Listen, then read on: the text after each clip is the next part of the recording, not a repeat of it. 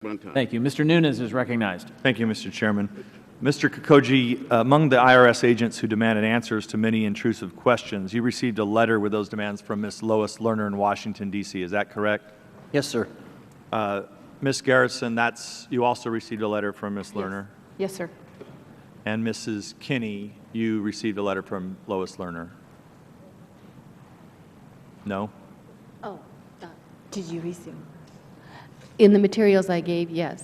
Okay. Any else received letters from Lois Lerner? Okay. So, Mr. Chairman, we have 3 witnesses here who received letters from Lois Lerner. Last week or 2 weeks ago, Mr. Miller suggested that this was just confined to Cincinnati. Obviously, we have conflicting statements there between what Mr. Miller said and what actually happened, and I think we need to get to the bottom of that. Mr. Eastman, can you name the Treasury Inspector General for Tax Administration officials whom you discussed your case with? Not off the top of my head, but I can provide that to committee after the hearing. Okay. If you could provide those after the hearing, I'd appreciate it. Do you know if the leak of your tax information, that included your organization's donors, did it come from Washington, D.C. or Cincinnati, or do you know? We've not been, I don't have any reason to believe that it came from Cincinnati. Our filing office is out in Utah, and then the Washington office is who we've been dealing with.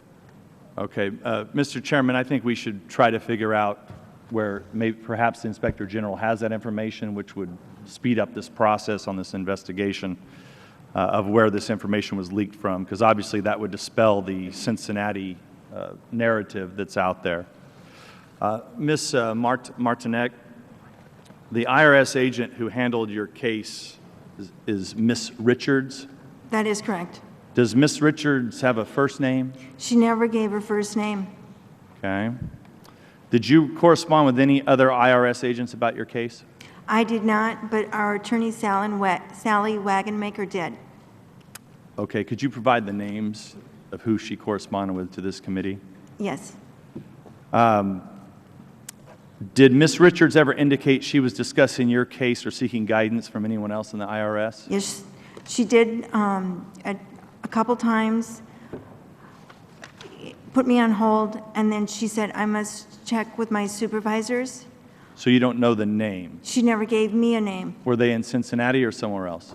I don't know that. You don't know. Okay.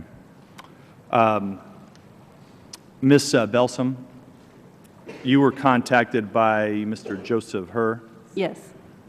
And did you correspond with any other agents about your case? No. Just Mr. Herr? Yes.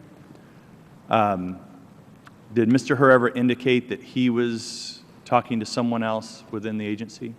I didn't speak to him on the phone, so we just had the initial letter, and then I contacted the ACLJ, and then they dealt with him. So.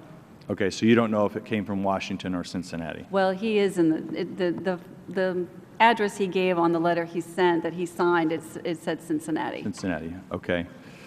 Mr. Chairman, in light of today's testimony, I think that we should bring these, at least Mr. Herr, Mr. Steele, Ms. Faye Nye, and Ms. Richards, who doesn't have a first name. We should try to figure out who those people are, and I think bring them before the committee, or at least conduct interviews with these folks. And I also remain concerned about Mrs. Lerner, who pleaded the Fifth but has said she didn't do anything wrong.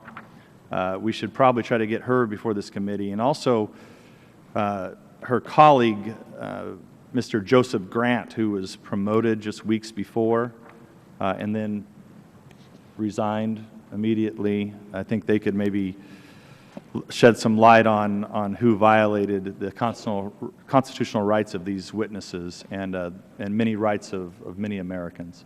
And I'll yield back.